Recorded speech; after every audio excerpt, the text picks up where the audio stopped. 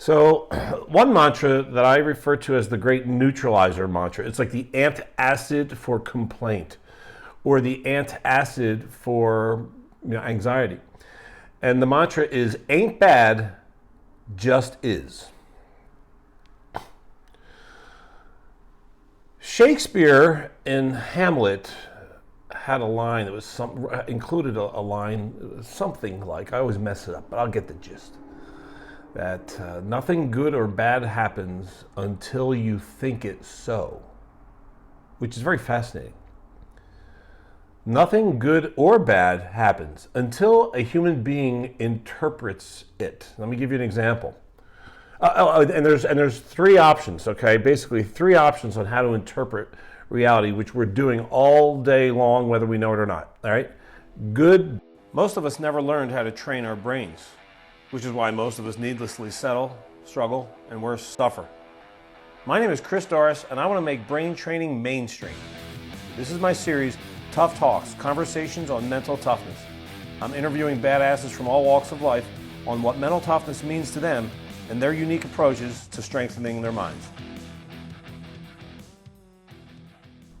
Hey everyone, my name is Chris Doris. I'm a mental toughness coach, and one way of simply explaining what that even means is that I coach people to strengthen the way that they're using their minds, to develop mental toughness, so that they're able to respond to all of life rapidly with grace, mastery, intelligence, creative genius, gratitude, and enthusiasm.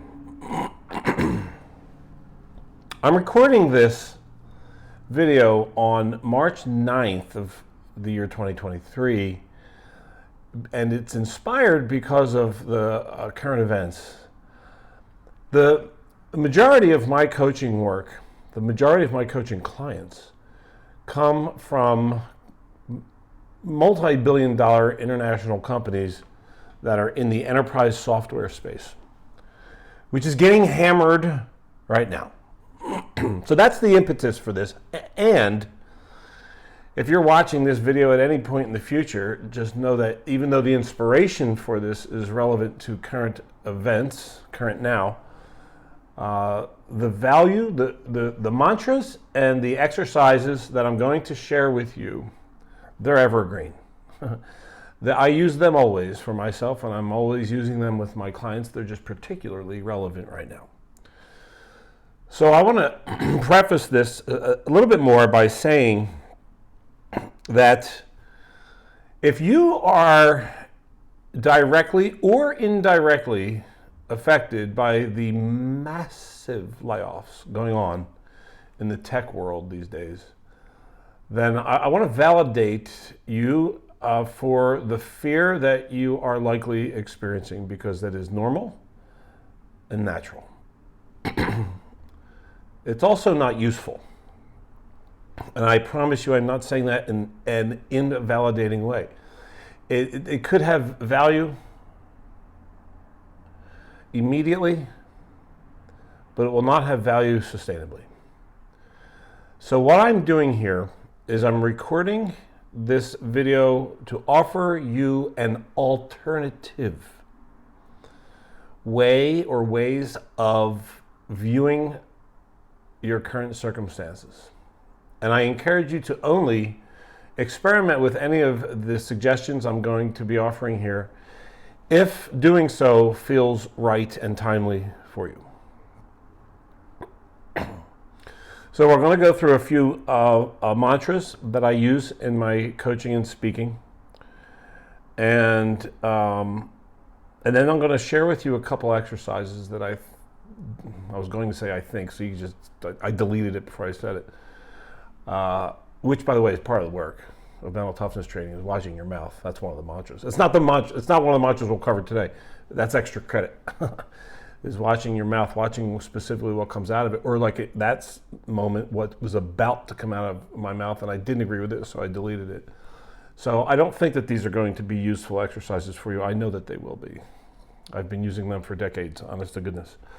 So let's start with the mantras. I use an enormous amount of mantras. I just wrote a book called The Book of Mental Toughness Mantras. This video is on a plug for that. This is a toolbox full of alternative thoughts that you can choose to fill your mind with in moments when you aren't thinking like a chimp. This is meant to make it fast and easy for you to upgrade your interpretations of reality so that you can elevate your state and get to creativity as fast as possible, so you can create from all experiences. So one mantra that I refer to as the great neutralizer mantra, it's like the antacid for complaint or the antacid for anxiety. And the mantra is, ain't bad, just is. Shakespeare in Hamlet had a line that was included a line, something like, I always mess it up, but I'll get the gist. That nothing good or bad happens until you think it so, which is very fascinating. Nothing good or bad happens until a human being interprets it. Let me give you an example. And there's three options, okay? Basically, three options on how to interpret reality, which we're doing all day long, whether we know it or not, all right? Good, bad, don't care, right? High grade, low grade, neutral. So here's an example. And all three of those are accessible to us in every moment of our lives, okay? No one's right or wrong. Those are just the three options. We'll say that Rafael Nadal is playing against the GOAT, who just retired, Roger Federer, in tennis, okay? And you don't need to be a tennis fan to follow this example. And we'll say they're playing at the US Open in Flushing Meadows, New York. And Rafa aces Feds, okay? And now if you don't know tennis vernacular, that's just a badass serve, and it's got so much heat on it that the other person can't even get the racket on it. So it's a great point. It's impressive. So Rafa smokes Roger Federer. Now, Rafa is pumped because he's just got a badass point. Feds is a little fired up because he just got smoked. And the umpire in the chair couldn't give a damn because that's their job, is to be neutral. So that was one event and three completely distinct and unique interpretations. Again, who's right? The question's irrelevant. Nobody's right. Nobody's right or wrong because everything just is, right? Everything just is until you put one of those interpretations on it. You could probably make the argument that there's two people that are righter of the three. Rafa's smart for being pumped because being pumped always has it easier for us to be amazing. That is possibly the biggest takeaway from this entire video. The better I feel, the better I am, but only always and only at everything. Take that one. That's a keeper. So Rafa is choosing to be pumped. Now it's easy for him to choose that because he just made a great point against the GOAT, right? And but the other person who's being intelligent is the umpire because their job is to be neutral. That is literally their task. So they're being intelligent with their choice of not caring.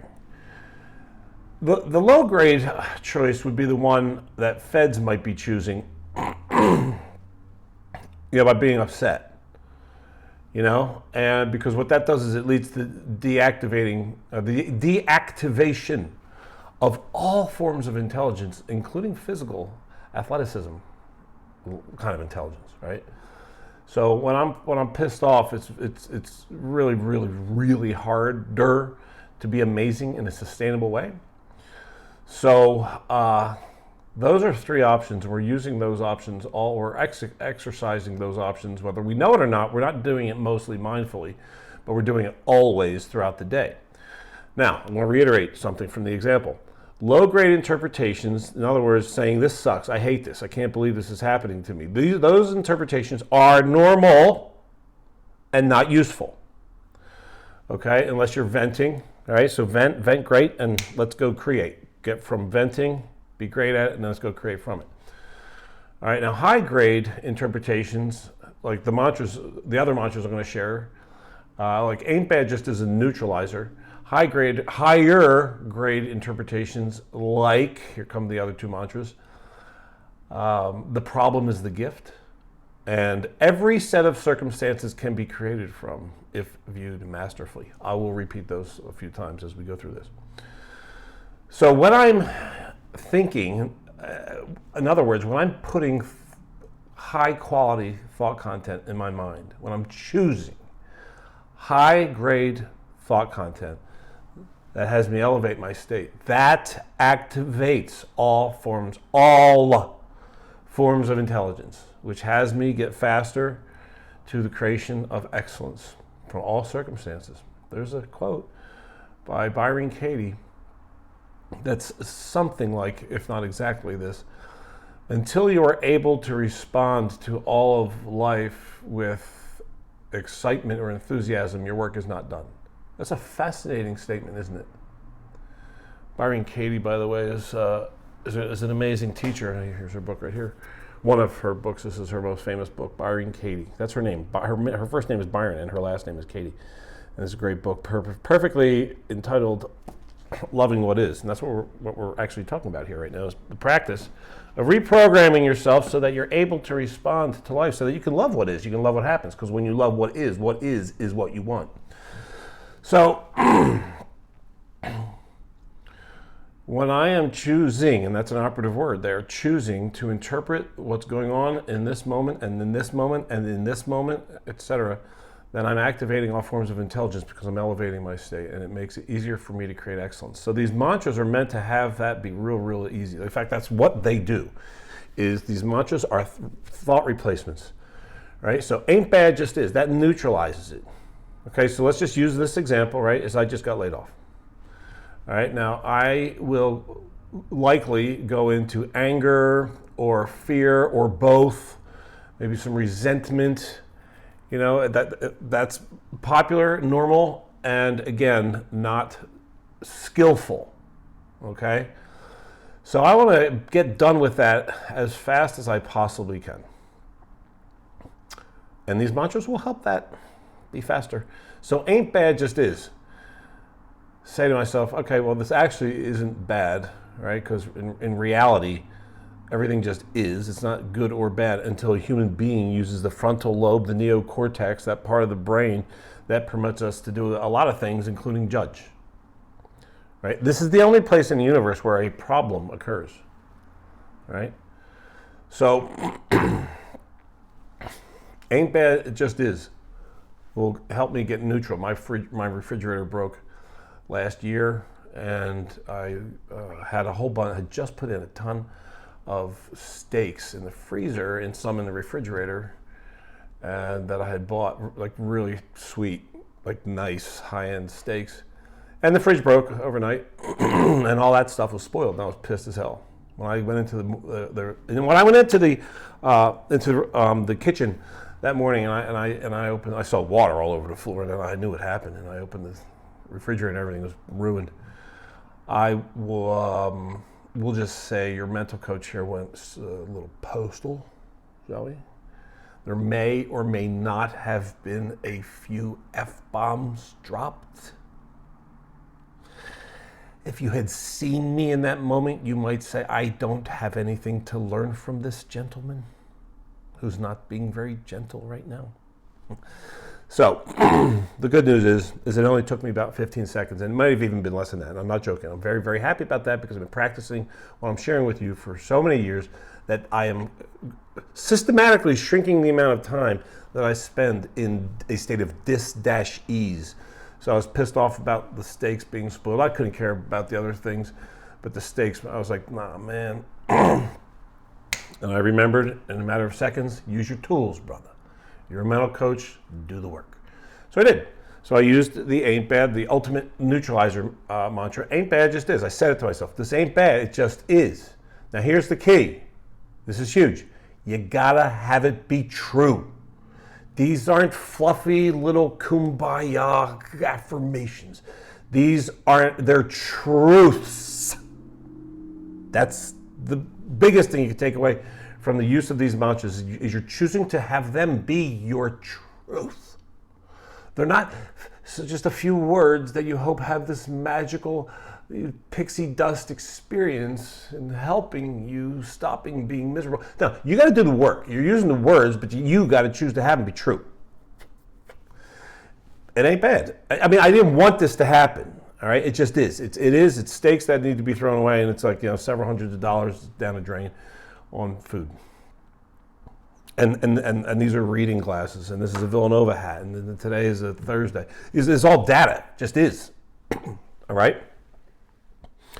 Now, after I neutralized it, I acknowledged, man, I tell you, thank God for these mantras, because I was like, wow, I just totally, I completely altered my state like that. As soon as I remembered that that's an option, then it took a moment for me to go from totally pissed off to absolutely neutral. And I acknowledged that to myself. I'm like, man, I tell you, this is nice. Wow. I just don't need to spend so much time in frustration and misery. God, isn't that good? It's such good news. So then I thought to myself, well, you know what? Let's make it even better. Why not? Let's upgrade it. And I said, this is the best damn thing that could have happened. That's another mantra. This is the best damn thing that could have happened. Now, if someone was there to ask me, if someone was there and was a little cynical, and they said, seriously, come on, man, don't give me this crap. Look at that. This was like 20 steaks that would probably cost you $100 or some who knows what. You got they're ruined. How? This is the best. Really? And I would have said, yeah. And the skeptic would say, bullshit. How is this the best thing? And I would say, I don't know yet. Stand by. I don't know yet. But I can tell you this with 100% certainty. By virtue of the way that I am choosing to respond to this, I'm going to create something cool out of it. I just don't know what that is yet. So stand by. Get back to me in a minute. And well, here it is, like a year later, right? And I'm using this story. I used it on stage at a sales kickoff I gave in Vegas last month. I use it all the time in my coaching, in combination with other stories of upgrading interpretations. It's a gift now. Like, stay with me on this. If I had been given an option prior to the refrigerator breaking, if someone said to me, I am a psychic, and you have the option, let's say it's a genie. So you can either keep the stakes and not have this story, or you can have the stakes be ruined, and you get this great story that you're going to be able to use to inspire people to upgrade the hell out of the way they're experiencing life. I go, I'll take the story, thank you. And that's what I got. Right? So I'm using it now. So that's the answer now. How's this the best thing? I'm like, well, because now I got a great real story. That's also humbling, right? Because I'm telling the truth. It's like I'm a mental coach and I still want postal. But the great news is that back in the day before the practice, right?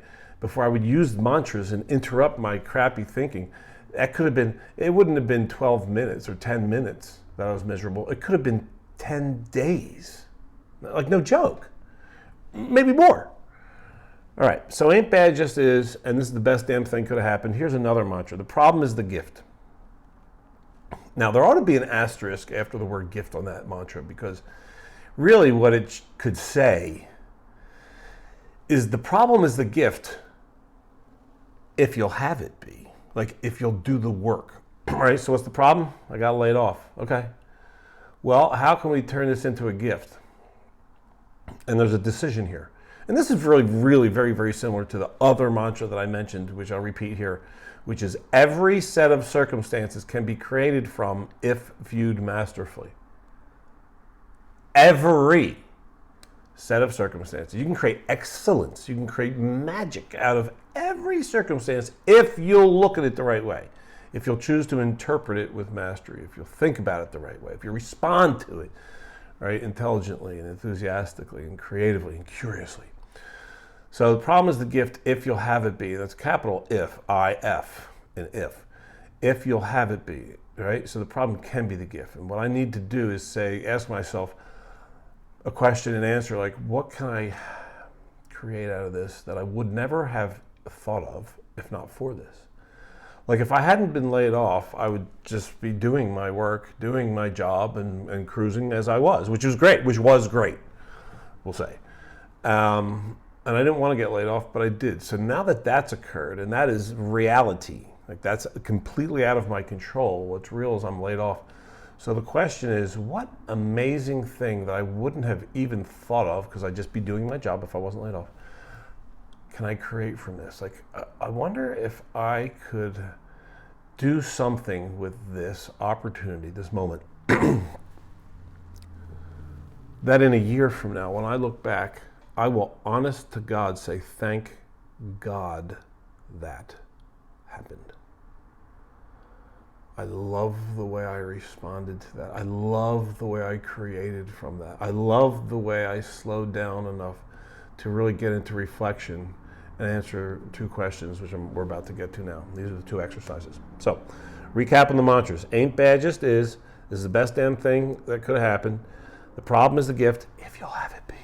And every set of circumstances can be created from if viewed masterfully. I think I said in the beginning I was going to do 3 mantras. We ended up doing 4, so that's cool. Actually, there was a 5th one in there, but anyway. I can't help myself. All right, now let's get to the 2 exercises and then we'll wrap it up. There are 2 questions I highly recommend that you take time to answer, to really, really slowly and with lightness of being, reflect upon and write your answers to. Write, literally write, pen to paper. Seriously, not electronics. I don't know why it's different, but I am convinced, and a lot of people agree, that when you write something, it's when you're writing, it's different. When your hand is in a pen and on paper, something's more useful than if you're typing into a device, and it's electronic. So anyway, here are a couple questions. The first one is, I call it the genie question. Okay, and here it is. If you had your own personal genie, and that genie has infinite powers, I mean infinite, like could rewrite the laws of the universe, that's what, like infinite powers, what are you asking for, right? So of course you have unlimited wishes. I mean, even if it was like, all right, this genie has infinite powers and you get 3 wishes. The first wish is take the limit off the damn wishes. Duh. So now you got as many, what are you asking for? So create a bullet list. And here's the thing. Go big. Like, think fantastically. Permit yourself to think like you did when you were a child prior to being educated about your limitations. You know, one kid said one time when I asked the genie question, I want to live in this is the daughter of a coaching client of mine. She heard the question and the little girl answered, I want to live in a castle on a cloud with a water slide down for when I want to go shopping. So, you know, if you're thinking to yourself, what the hell is the practical value of this? I'll tell you what it is. It's to free your mind again. It's to let yourself entertain magnificence. To free your mind up from the binds and the constraints that have been placed upon your mind over time, in the form of the conditioning of your past, shrinking your mind by being encouraged to be realistic and practical, you know, instead of being fantastic. Einstein said fantasy is the preview of coming attraction, so let's go. I mean, if you're not doing the exercise right, if you're not coming up with totally impractical, unrealistic, outlandish, seemingly impossible stuff. That doesn't all need to be seemingly impossible stuff. You could say, I want a boat I want to, you know, whatever. I want a boat, I want a house in the forest, you know, a holiday home. You know, I want to be able to speak every language that's ever existed fluently. I want to be able to go invisible. I want to own my own solar system where there's golf courses on one moon and Irish pubs on another one. You know, just let it go. There's so much value. We can summarize the value into 2 categories if we're being super simplified about this. The value of this exercise is 1, you're reigniting your creative genius, your ability to think hugely, to free your mind. And The other is you might get some clarity on some pretty cool things that you want. One of the times that I did this exercise, I wrote down I used to love Aquaman as a kid. I was into superheroes, and Aquaman was my favorite because of the ocean and fish and stuff. And I just thought it was killer that, he could hold his breath indefinitely underwater and communicate with the fish. I thought that was cool as hell. So I wrote that down. I want to be able to hold my breath indefinitely underwater. And that's what inspired me actually to go learn how to scuba dive. That was the impetus to go do that, which is amazing, So, answer the genie question. Once you have, and I'll tell you what, schedule time for this. This is sacred time for you.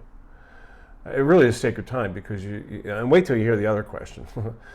So schedule time and go somewhere cool. If you can do it, just go somewhere nice, like really amazing. It could be near your home, somewhere beautiful out in nature, or somewhere where you really love to reflect, or maybe you even treat yourself to a weekend jaunt. Go somewhere incredible and create some solitude for yourself and have this be the reason you're doing it.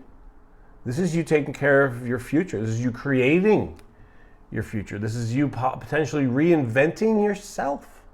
It's profound. Okay, so once after you've recorded your list, when you think you're done, you're not, just put it down, go do something else for a day or 4 hours, whatever, come back. And come back to it, all right? And after you feel good and complete with it, then pick a few of the items that are on your list and go take some immediate action. Just anything possible, anything. Another junior athlete that I worked with way back in the day, the kid, I'm using kid examples because the kids come up with the coolest ideas faster. He did want to live in a castle. He didn't say cloud, he just said, I just want to live in a castle. And one of the action steps that he did was he researched castles around the world, and he found one in the UK. And he researched it, thought it was cool looking, and he actually found the owner, and he reached out to the owner. It was so great. And the kid contacted the owner and said, when you're done, I want to live in there. And the guy was like, that's absolutely amazing. And the kid, I haven't talked to this kid in years. Maybe he's in a castle, I don't know, but who cares? It's like, because what the value for him, immediate value was, you can do that? Yeah, you're allowed to do that. You're allowed to actually have a great idea and then act on it. And then go call someone and then make a call.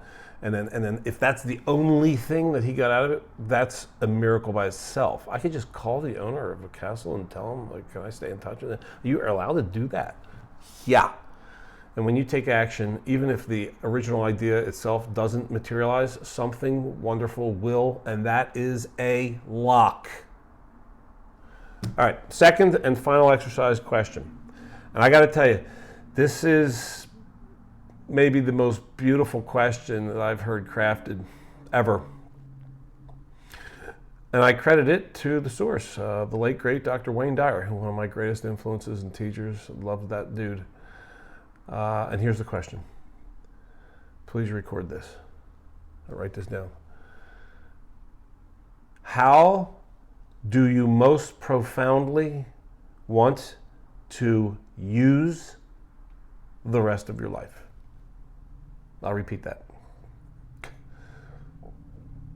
How do you most profoundly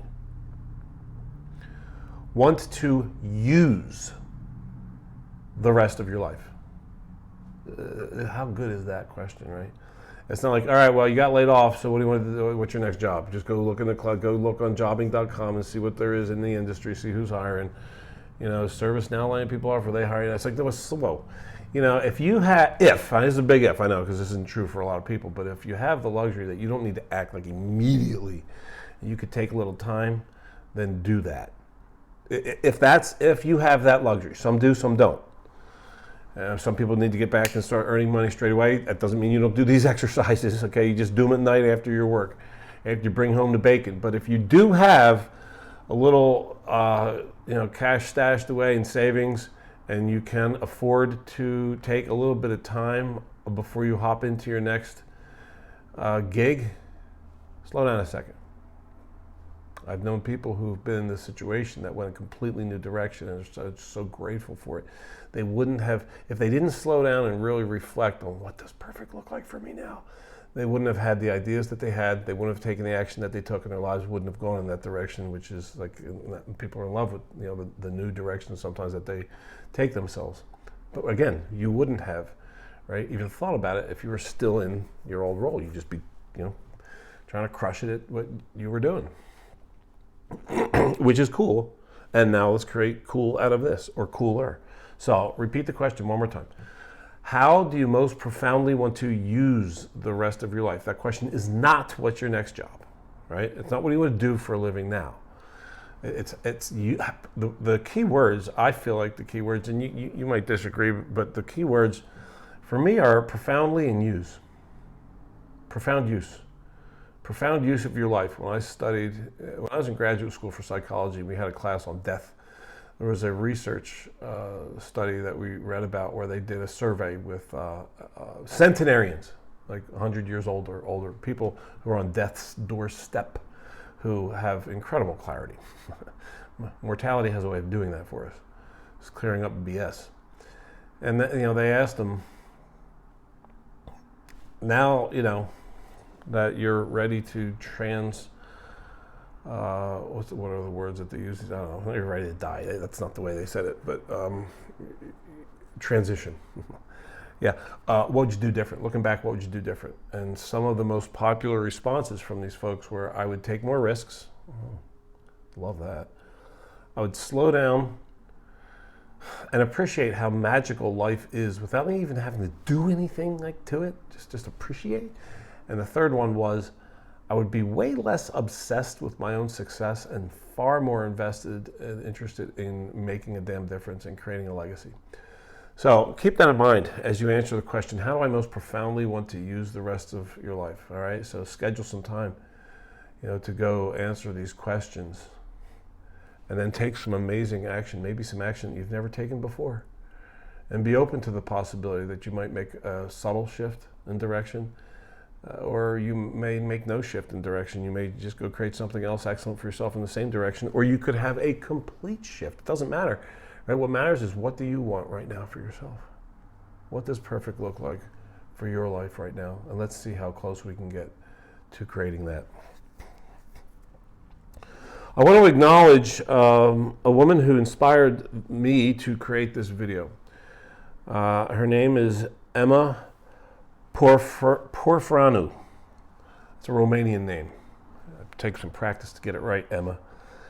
Emma reached out to me a couple weeks ago, and we had a talk last week, and she said, Emma has been receiving my daily dose for years and has seen me speak before, and reached out to me and said, if ever, now is a really important time for people to remember to upgrade their interpretations. Those people who are in this industry, in the tech world, that are getting laid off, thousands upon tens, hundreds of thousands across the industry. People are out of work now. And how you choose to respond to this means everything, everything, everything. It's an opportunity for you to model, right, for your family, for your loved ones, friends, creation of excellence from adversity. Creation of excellence, rapidly creating excellence from that which you did not ask for. Right? I mean, that's some powerful stuff right there. So Emma, I want to say thank you to you, okay, for the inspiration. Way to take a stand for your colleagues. So props to you, my friend.